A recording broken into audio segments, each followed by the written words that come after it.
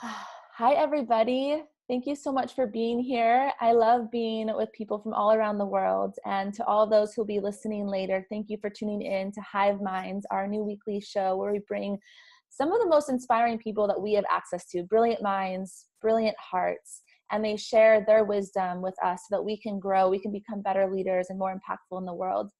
And today we have the amazing Kai Van Bodhi, who's a very inspiring man. Like, just being in his presence feels good because he has really cultivated his life force energy and he feels powerful.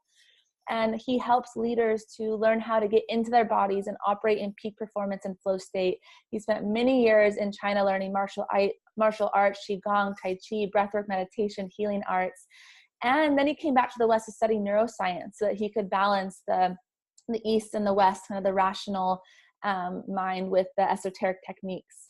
And he believes that peak performance is not accessed through hacks and supplements. Rather, it is through impeccable habits and routines that create the conditions for your greatest self to express and flourish. So we'll be going into that a lot. You know, there's a lot of talk right now in the world of peak performance and biohacking and optimization that is looking for shortcuts. And Kai is really looking at a very integrative approach for longevity, for performance, and maybe has a new perspective that some of us haven't heard. And so I'm excited to welcome Kai on the show. Welcome. Thank you so much for being here. Yeah, I'm so glad to be here. I really love what Hive is doing and the way you guys bring together these incredibly heart-centered healers and visionaries with these really successful entrepreneurs. It's a much needed intersection of for us to support each other. So I'm really grateful to be part of it. Yeah, so good to have you. And let's start there with intersection. So you studied neuroscience and you study these esoteric teachings that are in some cases thousands of years old. And so what drove you to integrate the two, and how has that informed your life and your work? So, I mean, it started for me when I was a young man. My mother and my brother both had illnesses that Western medicine really had no answers for.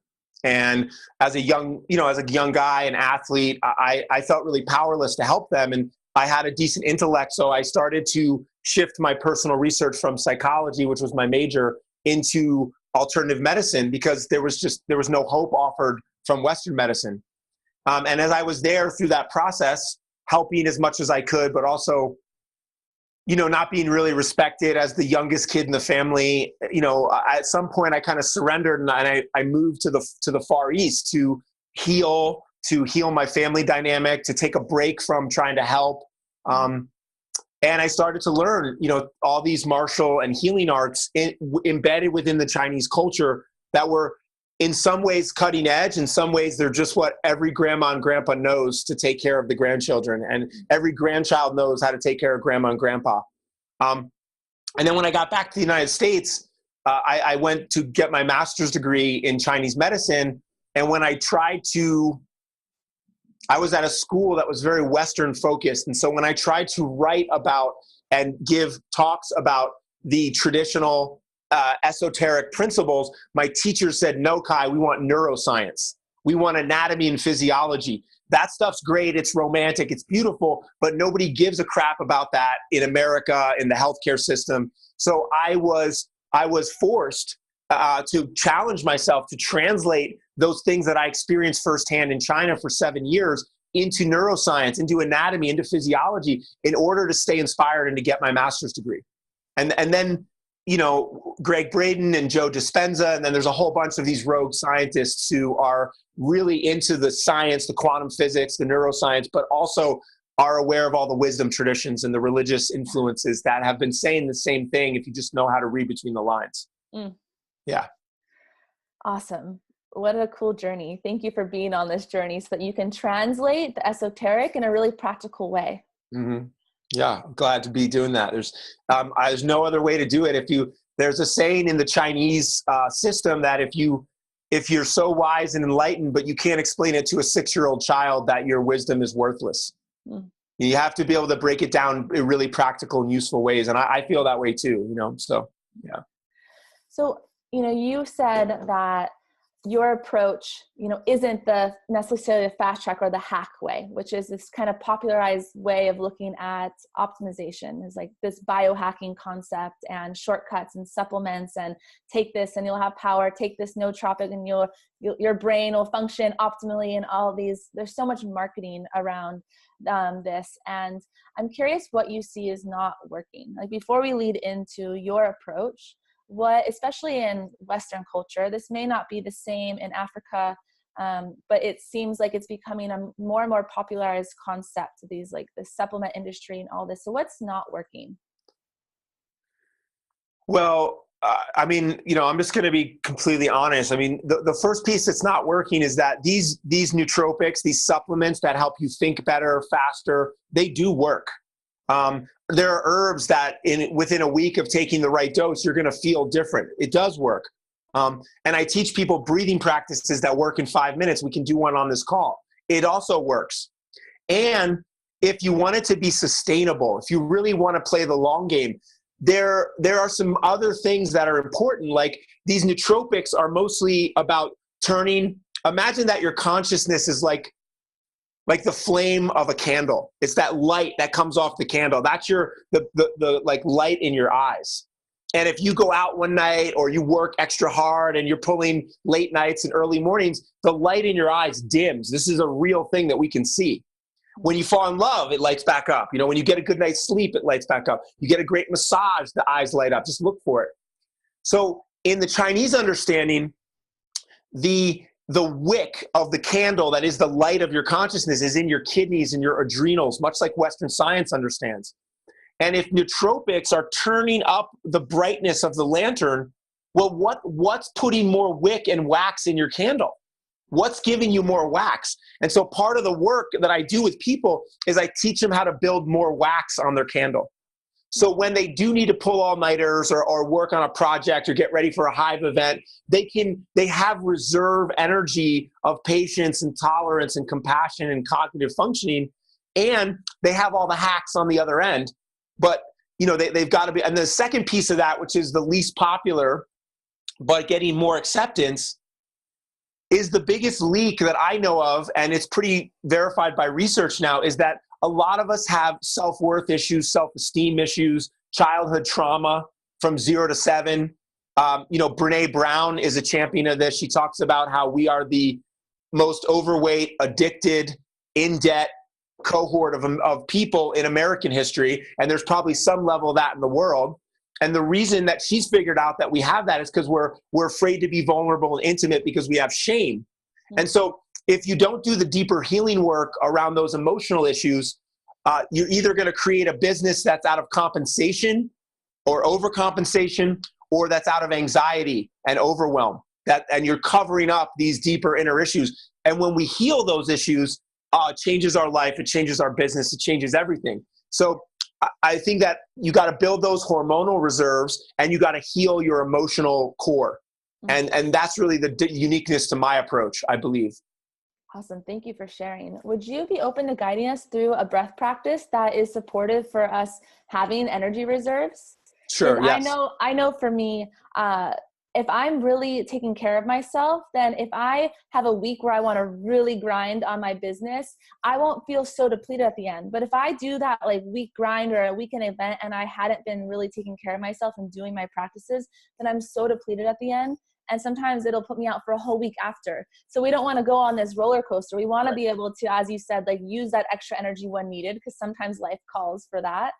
But to not be so exhausted at the end. Yeah. Another piece, just in case people out there are listening and they're wondering if there's value here for them. I mean, one of the other amazing things that neuroscience has figured out is that when we get tired, we get our hormonal reserves are diminished. We go from being able to access the full brain to just being able to access the midbrain and the brainstem. And that's kind of our reptilian brain. It's our fight or flight brain. And so when you're tired, when you choose not to sleep, when you choose not to eat nourishing foods, when you choose not to meditate, and you get in that period where you have to really go for it in your life or your business, you will start to make decisions out of reaction. And you literally cannot see the long game of your business or of that moment to moment choice. So the thing I've also really learned recently as I work with more entrepreneurs is that these practices are not just about your health, they're also about the bottom line of your business and your legacy and the, the long-term plans you have to make a difference in the world. So I just want to drop that in there. Yeah, I want to add to that. So when we're in a state of stress, and stress can be from eating wrong, it could be from actual stressful situations, it can be from the unresolved traumas that you were talking about that have us always in a state of fear. It's all considered stress, and it actually makes our prefrontal cortex not operate optimally, which is what's needed for high-level decision-making and discernment, which, as we know, is so important in business. And so just doing a breath practice, if you're feeling a little anxiety, you're rushed, there's so many things that create stressors in our life. Traffic can stress us out. So before you go in to make a decision or into a meeting or onto stage, at least doing a breath practice to ground you can be, it's so valuable. So true. Yep. Yep. So, okay. So if you're able to close your eyes and sit up nice and straight, ideally you're in a safe place, you got some headphones. And this will be a learning and a practicing at the same time. Estimated time for this practice is 5 minutes. So the first thing is to just begin to notice all the thoughts in your mind. Begin to witness or observe or listen to that voice in your head, that constant commentary on your life, your business, your relationships. And just notice how fast or slow, how loud or quiet that voice is in your head. Notice also the consciousness that is just witnessing it, that's able to listen to the voice and hear it, dialogue with it. And then ask yourself the question, if that voice in your head was the director of a movie of your life, what genre of movie is it currently casting you in? What genre of business is it currently casting your business in? Mediocre, struggling, successful, underdog? Just notice. And how often do you take time to tune into the witness or the silence, known in neuroscience as the cold logic, the lateral processing, when you just be still and the brain starts to categorize and catalog all of the myriad experiences you have, and then pump out creative solutions that transcend your rational, hot logic mind. And imagine a little 1-inch version of yourself gets on an elevator in the center of your mind and pushes the down arrow and takes the elevator one vertebrae at a time down, down, down to your chest center of your chest, in the middle of the body. And just notice any emotional energy that's present for you, any feelings. Neuroscience and emotional intelligence teach us now that most humans can become aware of 3 emotions at any given time. A exterior emotion, the one that we face the world, face our business, face our employees with. What's right there on the surface for you? And then a little deeper, underneath the surface of a lake, there's another current that may be warmer or cooler. It may be calmer or it may be more turbulent. Notice if there's a second emotion you can become aware of in this moment.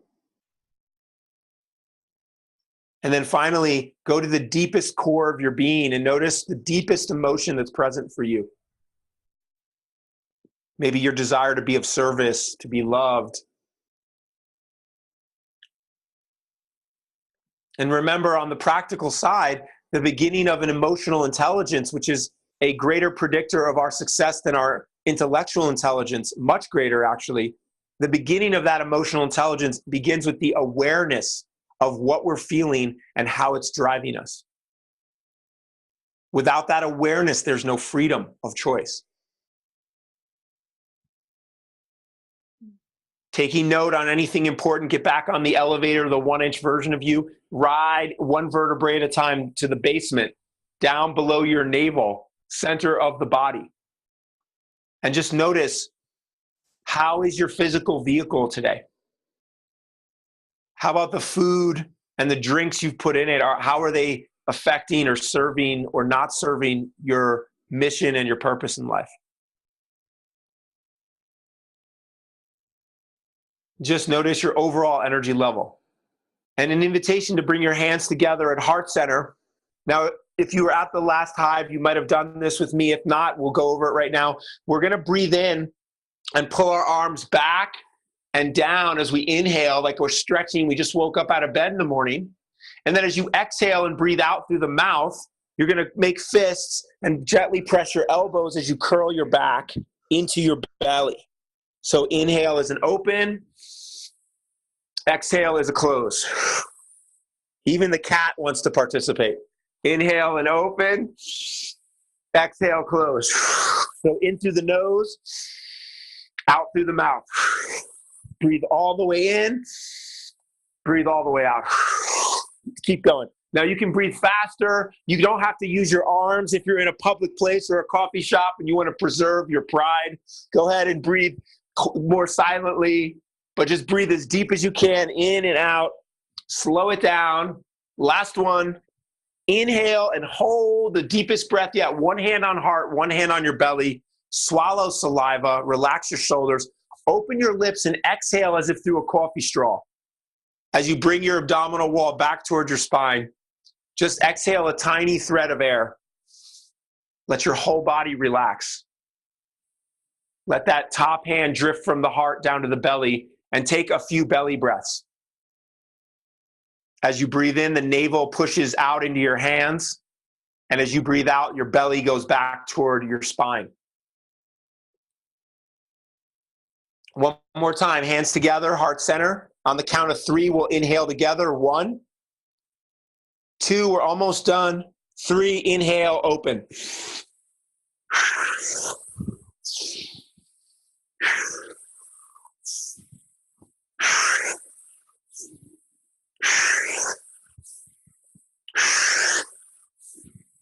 Slow it down. Last one, inhale and hold. Swallow saliva, relax shoulders, open lips, exhale a thread of air. Elongating the exhale, bringing the belly back toward the spine. Notice any changes in your mental dialogue, the voice in your head. Notice any shifts in the currents of your emotions. And as you breathe in the belly and feel your feet on the ground, your butt on the seat, breathe those deep belly breaths. Notice your body. And we'll take 3 last breaths. Just relax your hands. Inhale through the nose. Exhale a sigh of relief through the mouth. 2 more.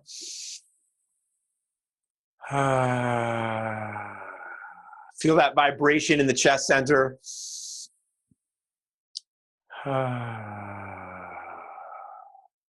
And then if you want, in the chat, go ahead and just type in what's the biggest change you noticed in your body or your mind or your emotions. Just type it in the chat.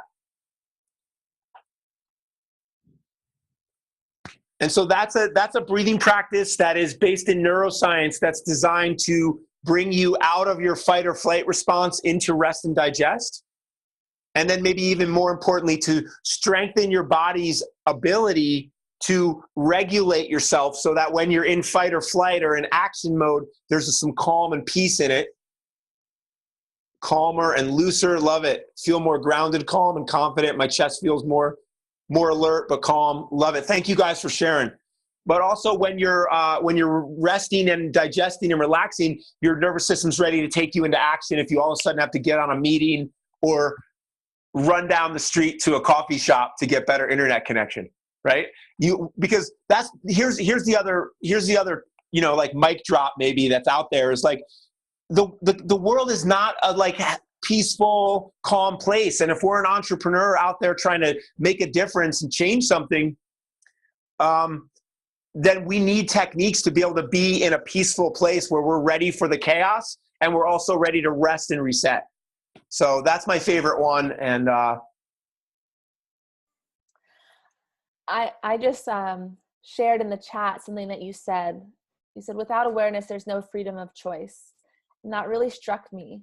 You know, you guided us to notice the emotions that we're all feeling, the like surface layer emotions and the deeper layers. And I'd be curious if anyone wants to share in the chat box as well. What did you get present to? Was there any surprise? Is there a feeling that you weren't aware of, a driving motivator?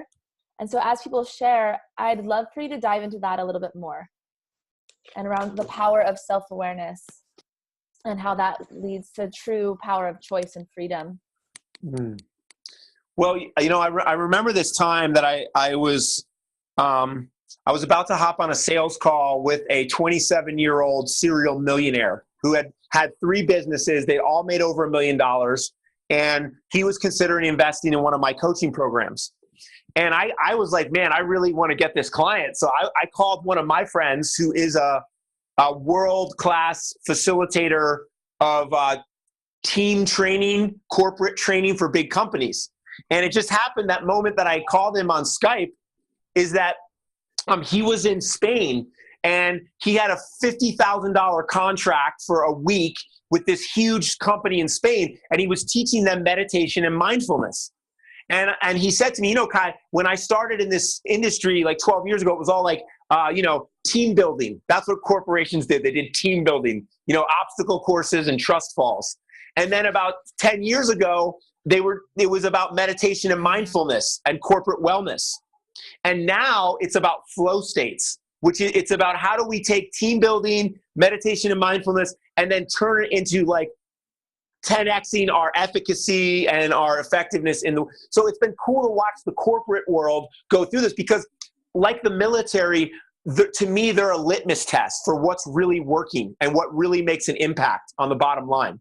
So I love that. Anyway, I said to him, so why are these people paying you $50K to teach them meditation and mindfulness? And this is what he said to me. He said, if you are this corporation and you have a bunch of department heads and those department leaders, let's say a talented employee underneath them triggers them and they go into insecurity. Now that department head is going to hold that team member down and keep their solutions and their brilliance away from the larger company. And it's going to cost them thousands, if not millions of dollars. Mm.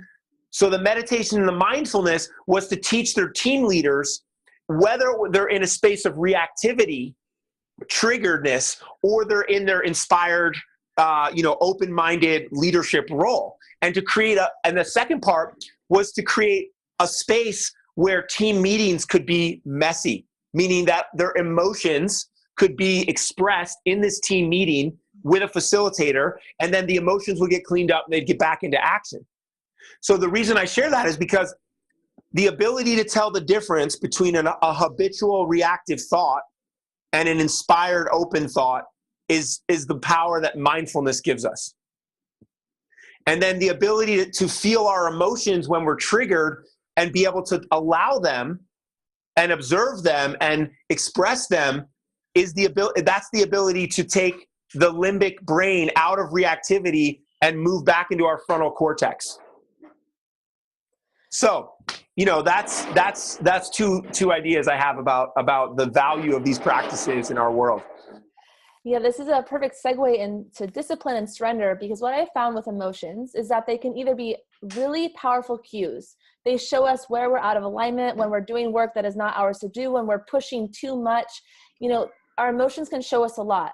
They're signals in our body. And they can also be based on old patterns, habitual thoughts and beliefs that have us not get into alignment. So if you commit to an exercise routine or a diet or something like that, and there's part of you that doesn't want to, we get to be really curious about, is it a part of us that is authentically telling us it's not for us, or is it based on old emotions and habits? And so there's this dance with discipline of knowing when it's yours to do, when to stay focused and keep moving forward, when to keep grinding, and when it's time to actually let go, slow down, release a little bit. And the emotions can be great cues, or they can trick us. Emotions are, habitual thoughts, old belief patterns.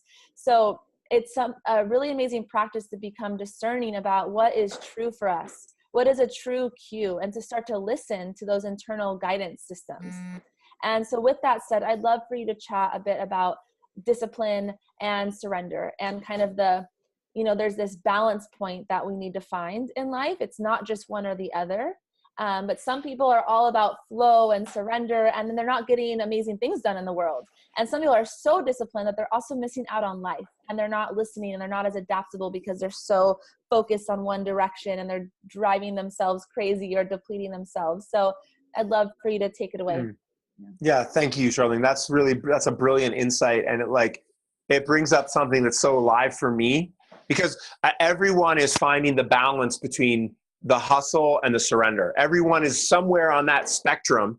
And some people are in the sweet spot and they're getting amazing results. They love their life. They enjoy the hustle and they have plenty of time to surrender. And other people, like you said, they're over hustling and their life is losing its meaning. Their families or relationships are out of balance.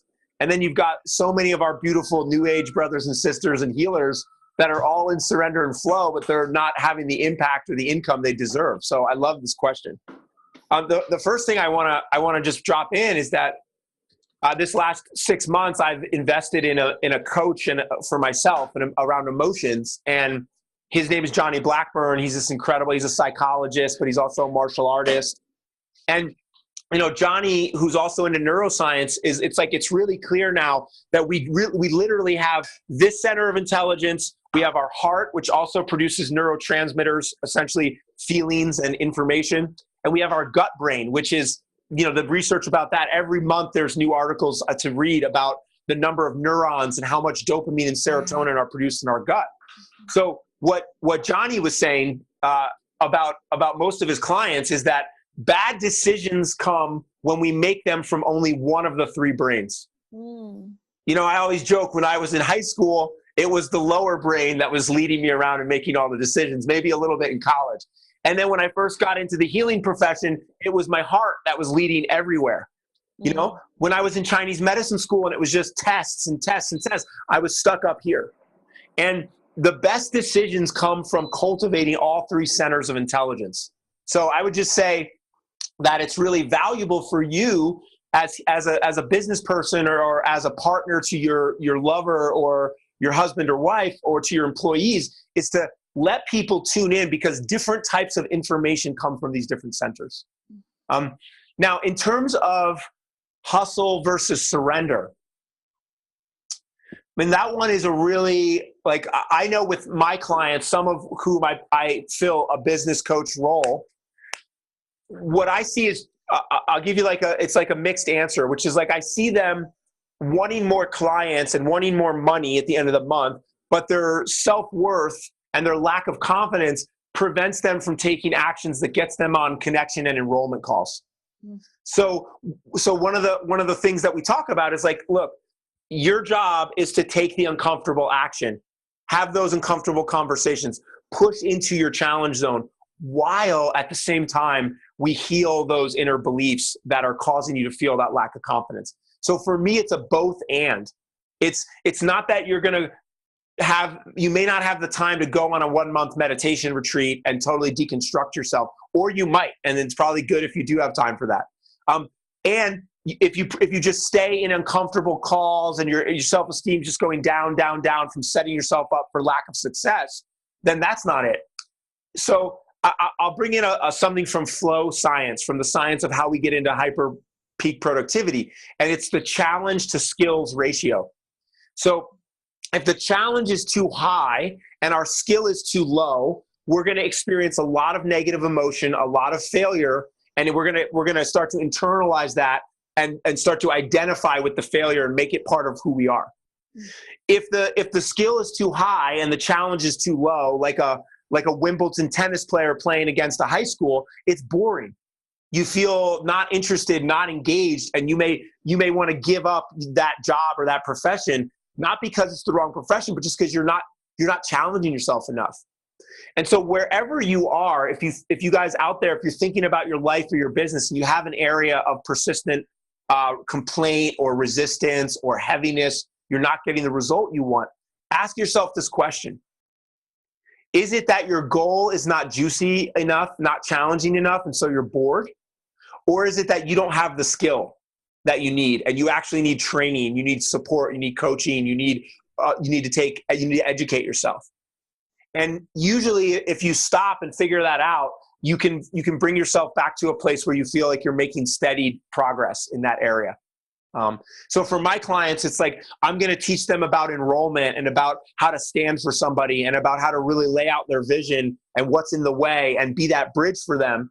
And I'm going to work on their underlying subconscious sabotaging beliefs. So I'm going to improve their skill of enrollment and methods for getting out into the marketplace. And I'm also going to improve their personal self-esteem by doing that inner healing. So we're going to raise their skill and also kind of lower the challenge. So that's one piece of it. Let's go into peak state a bit more. So we're touching on it, and this is an important piece to actually get into peak performance in our work. But this is a whole ecosystem, there's a lot of theories, actually, a lot of science around it, but I'm curious how you approach it. So this is one piece. You spoke a little bit about breath. What are some of the other key components you bring in with your clients to get them into peak performance or in a flow state in their life? Yeah, I mean, I work around six main areas. So one is doing the inner healing, the psychological blind spots. I call that the shadow gate. But we always do breath work because it's just the easiest, most powerful way to take control of our physiology and get us more resourceful. I give most of my clients biofeedback devices to monitor their heart rate variability. We could talk about that, but just basically, when you're in a negative emotion, the electrical signal of the heart scatters your brain waves. It's part of why you don't get access to that frontal and prefrontal cortex. When you're in a positive emotion, confidence, joy, self-worth, you stay in a more resourceful state because the heart's electrical signal syncs with your brain waves and you have access to everything. So I train them in the biofeedback to access those states. We use herbs and nutrition, intermittent fasting, ways of optimizing their body so the blood sugar is not up and down, up and down. When our blood sugar is spiking and declining, we're going to be moody. We're going to have inconsistent mental capacity. So really getting the blood sugar stabilized and then replenishing their adrenals. And then ultimately we work with visualization and the ability to generate positive emotions. The last two pieces that I've recently added are abundance and receivership, which is like just increasing the size of their bucket to receive and their worthiness. It kind of relates to shadow work, but it's specifically around opening their consciousness to receive all the help and support that's already around them. And then lastly, the one that's not really controversial, not for Hive, but is sexual hygiene. Like, especially for men, how we spend our sexual energy, and for women too, to a certain degree, how we spend our sexual energy will determine how strong our endocrine system is. And so I only bring these, I mean, I love all this stuff. This is what I did in China for 10 years. I mean, I was in caves and celibate, and I love it. I'm a dork about that stuff, but I only bring it into my work now because I see there's a need for it in my clients and in the marketplace. So, and for women, it's usually about receiving more pleasure from that avenue where it doesn't have to be attached to reproduction or worthiness, that they deserve to receive pleasure, and then they're able to show up more powerfully in all these other areas of their life. They also hold a higher bar for the man that they're willing to partner with. So sexual alchemy is another area that I work in to help people get results in their life. It's just the stuff that not that many people talk about, but it's so important because your sexual energy is your creative energy. It's the same energy you put into your business. So it's really not that out there. And then the other piece I'll drop in, Charlene, is the greatest misconception among people who want flow. And part of this is caused by things like Burning Man, psychedelics, where we get access to a flow state through taking a pill. And what happens is you have this incredible experience, and then you're like, how the hell do I get back there? It might even change your business for the next 6 months. But then how do you get back there? And so one of the things that's pretty common among all the theories of flow is there's 4 stages of flow. And so one stage is called, effort, training, struggle. That's where you're working on your 10,000 hours, you're improving your skills, you're honing your chops, you're improving your business acumen. In my case, it's your breath work and all those things. And then at some point, you've trained enough and you just surrender. And the parts of the training that have become unconscious that you own, they just start to come up and work for you. And then you go into that flow state from surrender.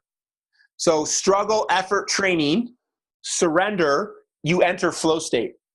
Now, flow state, as good as it is expensive for the neurotransmitters and for the body. It's very expensive. It's a hacked state, right? We used to get in it when the saber-toothed tiger chased us. And then we would have a day to lay in a meadow and yell and maybe sow and gather, and we would clear all that stress and we'd sleep with the sunset and the sunrise. But in our world today, because of electricity and multitasking, we're really poor at this stage, which is called integration, rest, or recovery. And different people call it different things. I like the word integration because the most valuable thing you can do when you've just had a flow experience in your business or in your performance is to rest and analyze, how did I create that experience? What were the circumstances that led up to that experience? And then you go from that rest, recovery, integration back into training again. And you repeat the 4-part thing.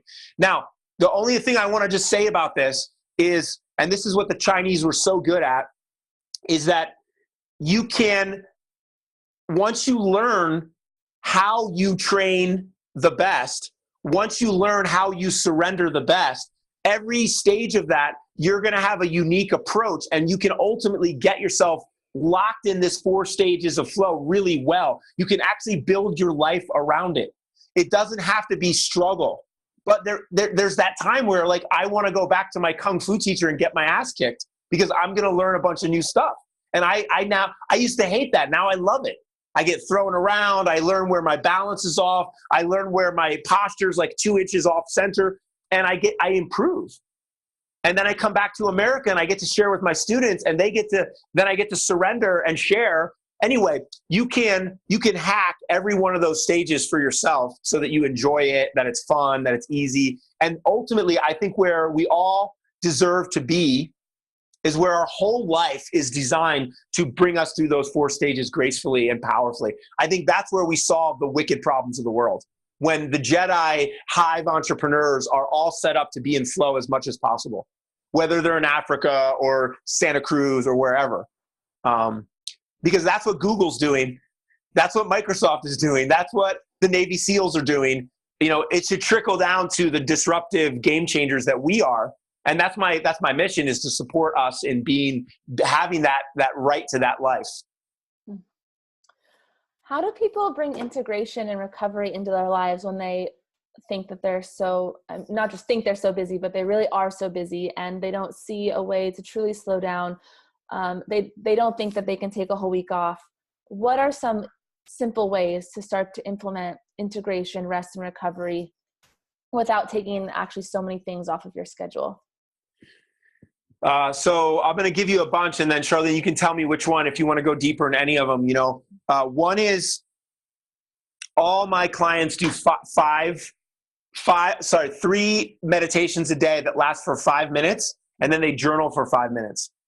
And it's a specific kind of meditation where you're just bringing your mind back to the air going in and out of your nose. And that allows your brain to start to integrate whatever's happened in the previous 1/3 of the day. And then the journaling allows you to actually take any insights that came from that 5-minute meditation and redirect the next portion of your day. Number 2 is an evening ritual. When we sleep, it is a time that our brain is taking all of the open loops of our life and our business and trying to make sense out of them. So if you do a 5 or 10-minute meditation before bed, if you journal any of your concerns or your to-do list, and then if you set some intentions for sleeping, your mind, your subconscious mind will go to work for you as you sleep. And that's a really powerful way, versus if you have a couple drinks or you maybe smoke some cannabis and then you watch an action movie and fall asleep. What's getting seated in your mind is a bunch of new open loops and violence and whatever. And I'll tell you right now, some nights I fall asleep on the couch with TV on. There's no doubt. it can be really valuable to put a documentary on that will turn your mind off. But it should be a positive documentary that's going to seed your dream. Or read a spiritual or inspiring book that when you fall asleep reading it, it seeds that nighttime journey that you have. So I think a nighttime ritual is super important. And also, I had someone recently share this with me, and it really landed deeply for me. Sometimes we need to hear our own medicine. And what they said is, when you choose not to meditate, when you choose not to get the right amount of sleep, when you choose not to eat the foods that really nourish you, then you wake up the next day and everyone you meet gets a lesser version of you. And the choices you make for your life and your business are not what they could be. And if you keep doing that over and over, it becomes who you are. And so these incremental commitments to meditation, to journaling, to nutrition, to herbs, to good sleep, to rituals, they are the difference between excellence and struggle. And the last one I'll share with you is when I was at my most stressful time in Chinese medicine school, the two men that I lived with, we had one night a week where when we got home from school, there was no electricity and we had candles and there was no talking. And that evening from like 5 or 6 p.m. until 9 o'clock when we went to bed with the sun, those 4 hours felt like 10 hours with all of the electricity unplugged. And it was the best investment of time. That 4 hours, sometimes I studied by candlelight, but that 4 hours made the whole week dilate.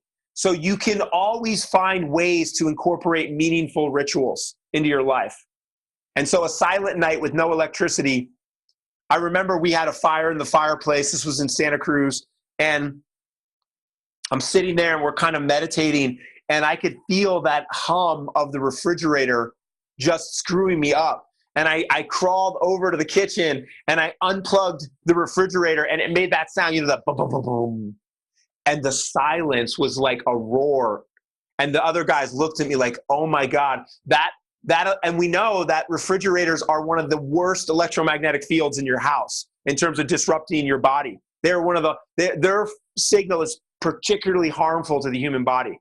So, unplug, just unplugging, like it's the time is so worth it. So worth it. Yeah. Thank you for sharing about simple rituals to integrate. And that's what it's all about, is making like one pivot at a time towards excellence. It's like when we build on those little rituals, 5 minutes a day and then 10 minutes a day and 15 minutes a day, it makes, we literally won't be the same human some months down the road. Like that is how we recreate ourselves, is by taking one step in a new direction or the right direction a day, and then building on these things. And that's the simple thing about incorporating rituals, is that even when we're so busy, we definitely have 5 minutes to meditate and 5 minutes to journal. And we definitely have 10 minutes before bed to clear our minds and to think about the intentions we have for the next day, or sometimes before bed, I do a little prayer. I set the intention that I'm going to wake up rejuvenated, energized, ready for my day, excited that I'm going to wake up so well rested. I especially do that if I know I'm not going to get as much sleep as I'd like. Then I just program my body to just go into a deep sleep and rejuvenate itself. I really believe that we are that powerful, and our intention is what guides our life. Really, we can use our intention like a tool. So if you think of intention like an arrow, the sharper you get your arrow, like a bow and arrow, the sharper you get it, the more direct it's going to go towards your target. So if you take a little time refining your tool, and when you send it off into the world, it's more likely to hit your target. But if your tool is not sharp at all, then it's going to go any which way, and life's going to happen to you rather than actually being in a little bit of, I don't like the word control, but in, guiding your life. So we can think about that with our journaling practice and how we go to sleep. And I invite everyone to be a little more intentional about everything that you do in your life. Not just a lot of us get more intentional about the food we eat, or there's certain things we'll become more intentional about. But what I see in your approach, Kai, is a very holistic, looking at every aspect of our life and doing our best to refine in every area, because it's when we look at every part of our life, our emotions, our food, our blood sugar, our breath, our sexual hygiene, such an important piece. When we look at all of that and cultivate all of it and make subtle refinements in each area, we'll actually feel as powerful as we know we're here to be. Mm. Yeah, it's so true. Yeah. So true. The last piece I just want to share is that I think one of the reasons that I'm where I'm at today is Tim Ferriss he had this one podcast on like a Friday. It was like 15 minutes long, and he was like, just this is, I don't know if you follow Tim Ferriss, you will see that he's gone through a major journey of self-development, like from being super kind of type A, very like self-aggrandizing, to like being like in the questioning of life and going through Lyme's disease and dealing. And now he's like a proponent of psychedelic research. He's very open-hearted. He's very humble, and he talks about his challenges more. Anyway, he's somewhere in the middle of this journey, and he does this podcast on a Friday, and it was a time that I was reinventing my business. And he says, last night I binged on Netflix, I masturbated, and I drank like 4 glasses of wine, and I was the most unproductive I've ever been. And I'm a productivity expert. That's what he said. He's like, and he goes, and I'm just telling you this because I got up today. I'm making this podcast for you. I wrote a bunch of blog posts, and I sent in the new cover for my next book. And I'm just telling you that I'm a productivity expert because I suck at productivity. And I've had to learn everything I could to get to where I got.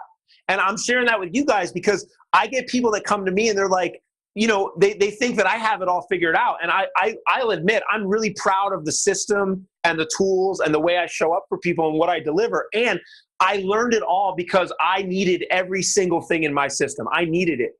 I'm distractible. I love pleasure. I'm likely to skip workouts if I don't really, so everything that I teach comes because it works for me and it works for my clients. And if I didn't have it, I wouldn't be here with you today. I wouldn't have been at Hive in Santa Cruz. We all need these tools and techniques because the world is set up to distract us and to fracture our consciousness. That's advertising, that's screens, that's Facebook. And so if we want to have the focus and energy and clarity of to really do what we want, we have to have a system and tools. And so just wherever you're at, invest in yourself, invest in the tools, and create some good rituals because they're right there for you. And the human body has so much more capacity than most of us realize. We are superhuman when we understand how to turn it on. And Tim Ferriss is a friend of mine, and he certainly has gone through a major transformation, and he committed to meditation. That was the first big change he made. He really committed to meditation. He talks about this a lot in his work, and he didn't let it go. He didn't do it for a few days and then say that didn't work. He did it pretty much every day, and he still does it for years. And so that's where the discipline comes in line. Discipline is not just about working hard. Discipline is also about being disciplined with the things that we know bring us more energy, that ground us, that help us integrate and rest. And so if you pick up the journaling practice, the breath practice, it's going to make a change if you do it just once a week or once and you forget about it, and it'll make even more impact. It all builds on itself if you stay consistent with something. So try something on. Be willing to pick out a ritual that feels like, yeah, that's going to help me, or something you've done in the past that you knew had an impact, and then life happened and you let it go. And so that's the art of discipline within the realm of self-development and self-care. It's important to stay committed to something, to see the true benefits, to see what we're capable of, like Kai just pointed to. Yeah. I would love, so we'll leave a few minutes at the end for any questions for those of you that are here live. But Kai, how would it feel to guide us through a little visualization? You talk about visualization for positive emotion and also for receivership and abundance. Either could be great. But what I have found is that I'm much more likely to go to the gym or sit in meditation or make healthy food or whatever it is when I'm in a positive emotional state. It's so much harder when we're depressed, stressed out, and anxiety. Those are the times we need it the most. But if you have a little way to actually get us into a positive emotional state, also so then we all leave this call feeling really great, that could be an amazing tool to share with us. Okay. All right. So come to presence again. Thank you for that invitation. So the first thing is just bring your focus back on your mind, the monkey mind, as the Eastern traditions call it, hopping from one thought to another, right? And how can we inject a new stream of thoughts if there's already a chain that's unbroken? So put all your focus, put all of your attention on your brain, on those thoughts. And imagine that around your head is this bright, crackling white light. And when you take your next deep inhale through your nose, fill your brain with this crackling, purifying white light. And as you exhale, just see all those thoughts evaporate like steam coming off your head. This technique is called 3-breath entry, and then drop down into your heart.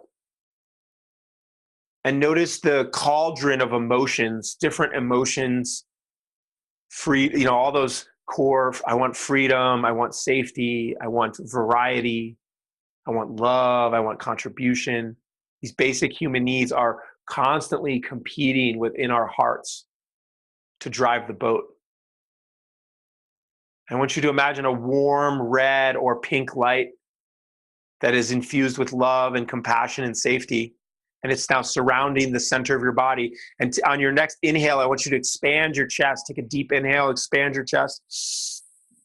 Fill it with that light. And as you exhale, let any turbulent emotions just dissolve, evaporate. And then bring your awareness down to your navel and feel your whole body as if it's one field of nerves, lymph, bone, organs, tissues. Feel the whole energy system of your body at once. And imagine below you from the earth this golden, warm light of unconditional love that grows the crops for us, that provides oxygen for us to breathe, provides this safe atmosphere, gravity. And on your next inhale, make this your slowest, deepest, longest inhale yet. Feel that earth energy, unconditional love, safety coming up, filling the body from the heels of the feet all the way up, all the way up, all the way up, filling the belly. And then as you exhale, just let the whole body relax.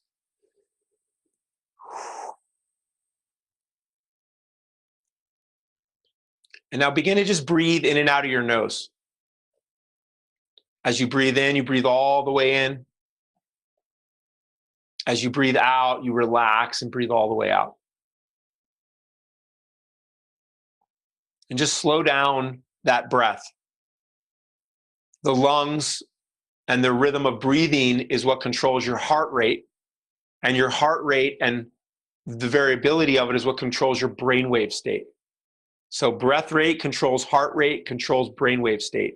This is a modern key, secret key to turning on the positive emotion engine. Slow that breath down. The lungs are like two bellows, and when they're breathing at that slow, even pace, they fan the flames of your heart to burn like an ember or a coal steadily and evenly, warmly. And once your breath has slowed down, bring your mind, your body sensing awareness to your heart. And imagine as if like Iron Man with that light in the center of his chest, or whatever works for you. Imagine that as you inhale, the breath is filtered through your chest center. And as you exhale, you breathe out of your chest center. Inhaling through that chest center, exhaling through that chest center, slowing down the breath.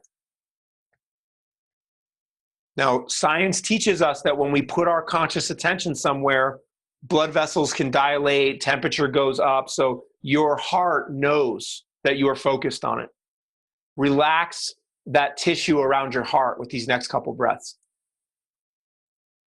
And now bring to mind a person, a place, a pet, a location on the planet that brings you a positive feeling, either gratitude or joy or excitement. And let the corners of your mouth arch up in a secret smile. Maybe it's, I have a wolf dog I love, beautiful mountain scenery. Maybe it's your bedroom or your loved one.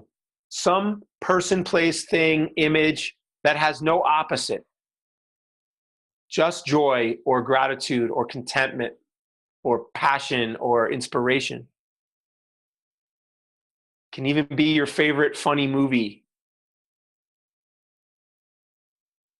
And as you breathe slowly in and out of the heart, as the corners of the mouth curl up towards your eyes. Maybe even your eyes move into those smile lines upward. You maintain that feeling of gratitude, contentment, joy.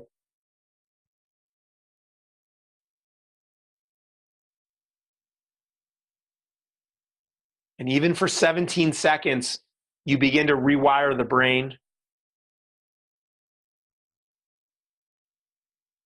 And then think of 3 things from this day or yesterday that you feel grateful for. 3 individualized things from the last 24 hours that you feel grateful for. Maybe it's this call. Maybe some of Charlene's words. Maybe someone in your family. Maybe some money that showed up in your account. Start to tune in 3 different things you're grateful for.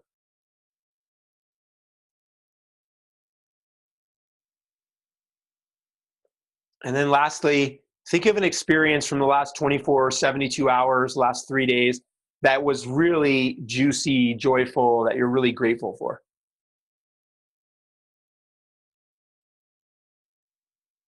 Think of what happened, who was there, how you felt. Get that neural network of gratitude up and running. Feel those neurotransmitters pour down to the heart, warming and melting.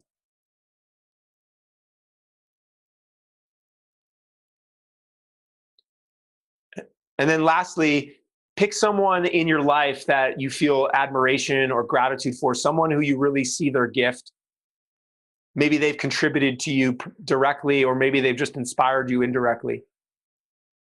And just make a mental note. And as we come out of this meditation and we move into the rest of our day, commit to reaching out to that person with a text message, a voice message, an email, and just let them know that you see them, you admire them, you appreciate them. Deep breath in through the nose, exhale through the mouth, sigh of relief. All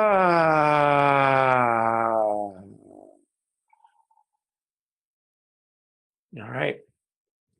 That was beautiful. Thank you. Oh, I feel so good now. We have time for a question. Does anyone have a burning question they'd love to ask Kai? I love questions. Come on, people. What do you got?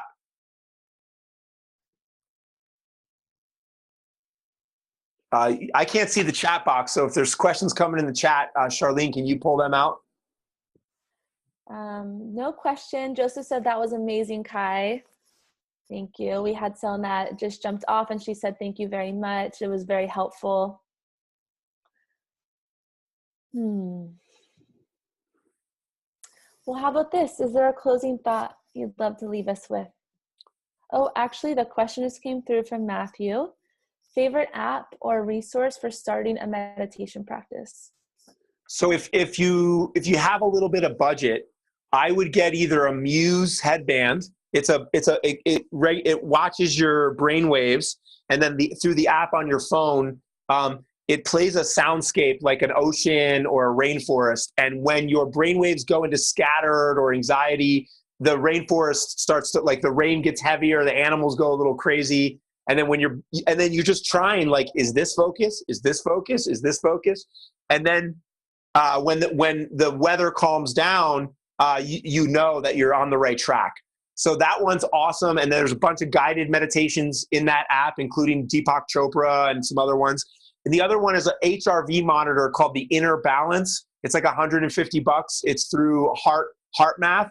That one hooks to your ear. It's a Bluetooth monitor, just like the brainwave sensor, but it monitors your heart and brain coherence. And so that one teaches you how to generate positive emotions. The reason these are superior is because there's a feedback loop. So it's like having the Zen teacher hitting you with the bamboo stick, only kinder and gentler.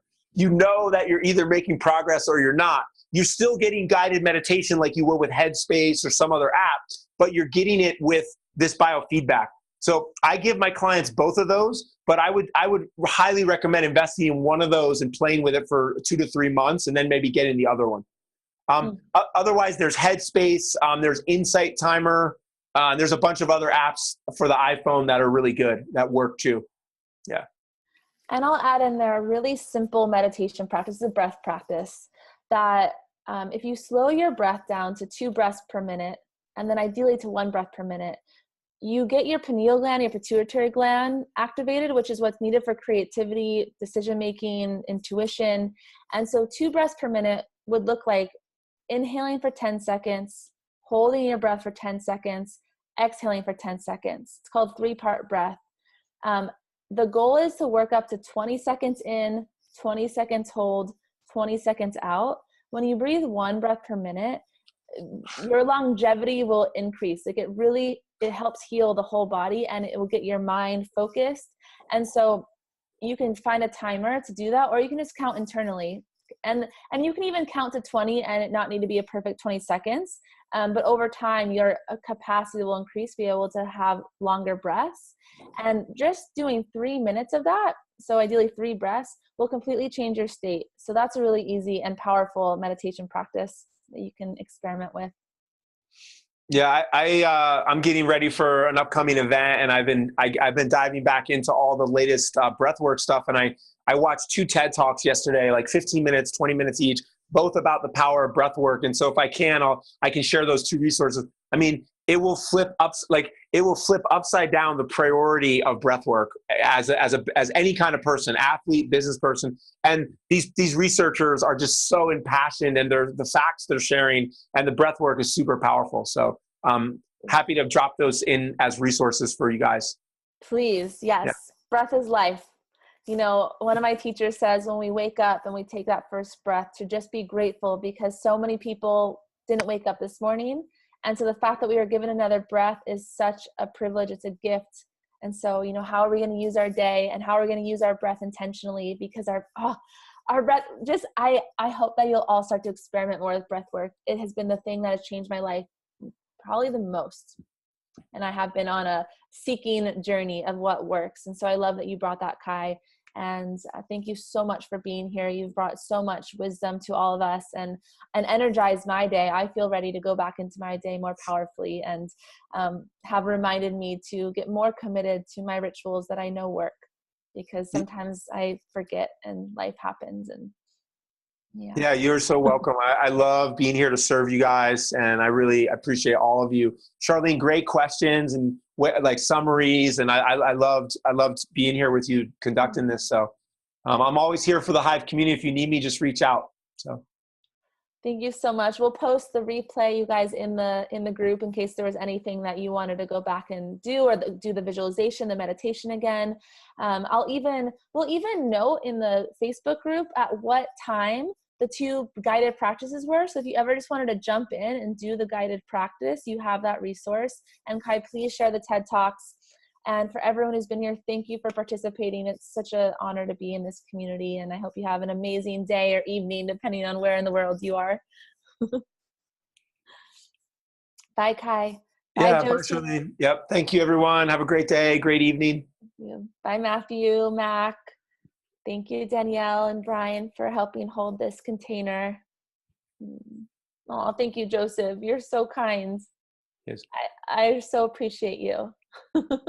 Yeah, big thanks to Brian. Brian, thanks so much for connecting, man. It's good to see you. All right, everybody. Ciao.